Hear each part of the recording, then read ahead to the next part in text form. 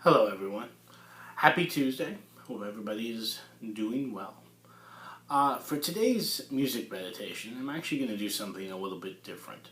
I got a lot of good feedback over the weekend from Music Sunday, and thanks for everybody who tuned in to Music Sunday, that they would like to hear the sermon that I preached at the 9 a.m. service. It didn't make it into the 10 a.m. because of time constraints.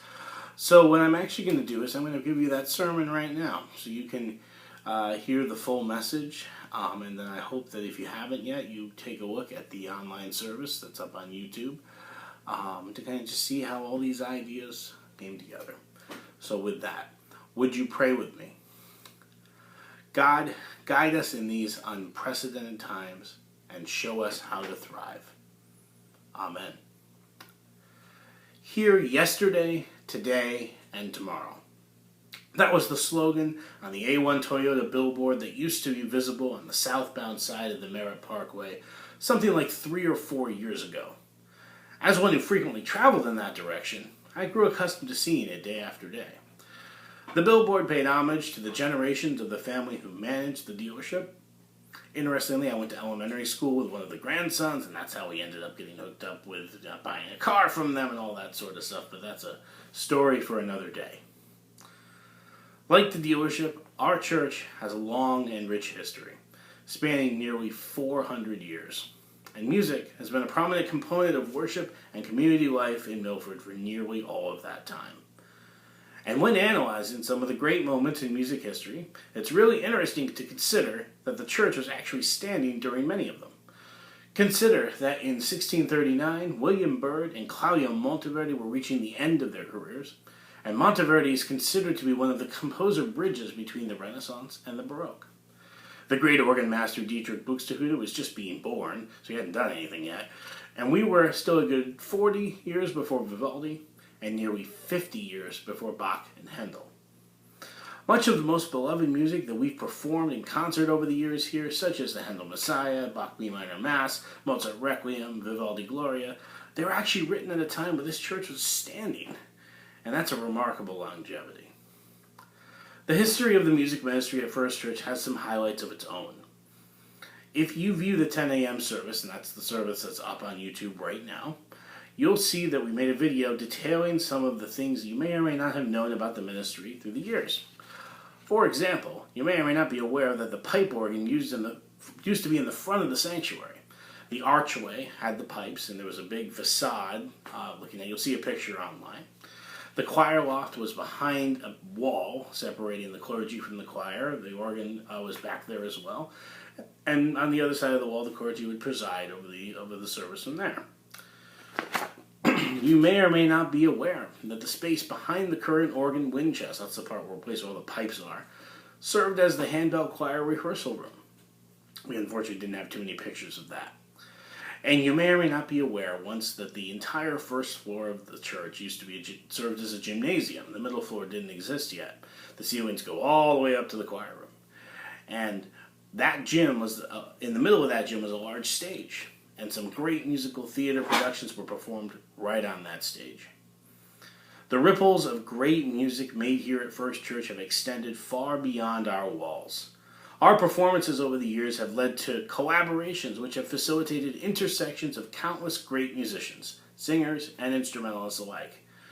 Worship services like our Candlelight Carol service before Christmas were the height of the Christmas music scene, not just for this church, but for the community. And not so long ago, that service drew standing-only crowds. We might get back to that someday. Our history is also not lost on other outside music organizations, such as the Greater Bridgeport chapter of the American Guild of Organists. This group is synonymous with such musical giants as Dr. Louise Miller and Dr. Paul Knox. But recently in a meeting where we were discussing our history as it pertains to an upcoming anniversary of our chapter, there was another name that was spoken as if it were a third one in the group. Kind of third musketeer of church awesomeness, if you will. And that name was none other than First Church music legend, Frank Mulheron. Frank Mulheron is a name that is synonymous with this church music program at one of its greatest heights. And for Frank, 2021 is a significant year, because this June he would have turned 90. Frank served this congregation for just short of 20 years, and in that time, He inspired countless numbers of organists, instrumental and choral musicians, the young and the old, and everything in between. His tenure was the longest by far of any director since him, and his impact was far-reaching. There are many in this community who remember the entire balcony filled with choirs of all ages and types, handbells in the corner, maybe a harp or two, and Frank at the organ doing what he did best. As we reflect on such a legacy like Frank Mulheron's, it's tempting to wonder what challenges they faced and how they overcame them. Did they look to the Lord for help, as the psalmist intimates, waiting on God for God's divine intervention? Or did they embrace that most misquoted biblical line, God helps those who help themselves?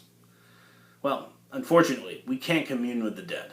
But even if we could, I imagine those of the past would have little to offer us in the present. Our challenges are different, and thus our solutions must match the times.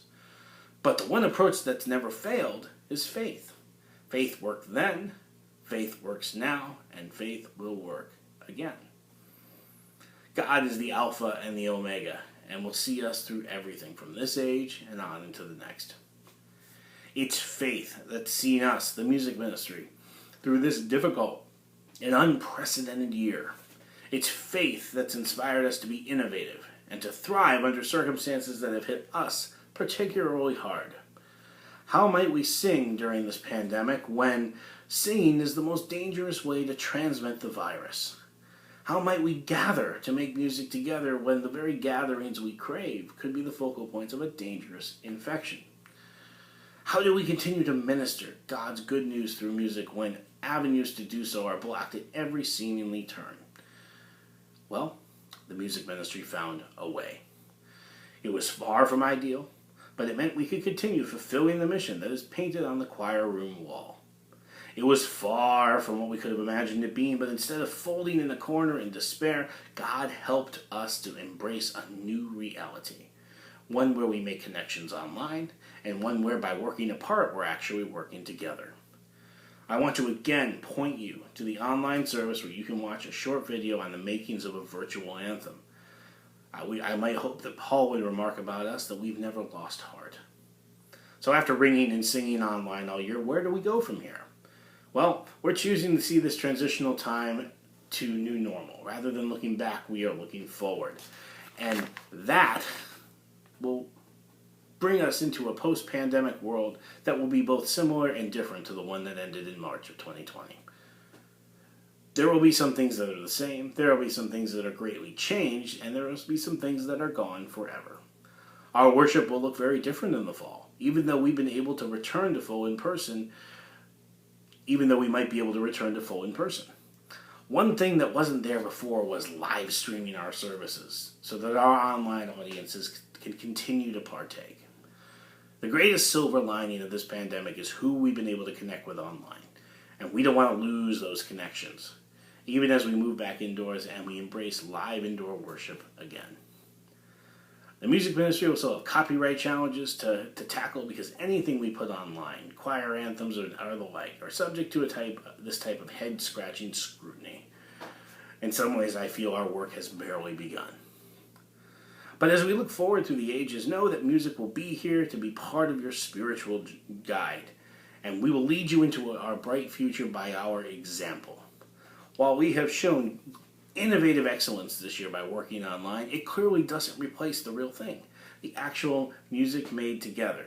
And the folks who attended the 9 a.m. service bore witness to this, because we had a live bell choir performance in worship, the first live ensemble performance in worship in nearly 15 months. We're on the road to new normal. The music ministry has embraced how God formed us all, that we were made for so much more than just to survive. We were made to thrive. And thrive we've done, and thrive we shall continue to do, with the support of this loving congregation and God's unending grace that blesses our work and orders our steps. God's grace will be there when we're able to open our mouths again together in song, free of the mask, belting the songs we love so that the whole world may hear again. And we'll ring together joyously, lifting our hands and making sure the bell toll is heard far and wide. All of us, young and old, all of us born for a place at the table, We'll make music again together the way it was meant to be done, and we'll hold on to these online connections we've made, and that will make us greater and more far-reaching than we've ever been before. The future is bright, with opportunities to spread God's musical news. So get ready. Amen.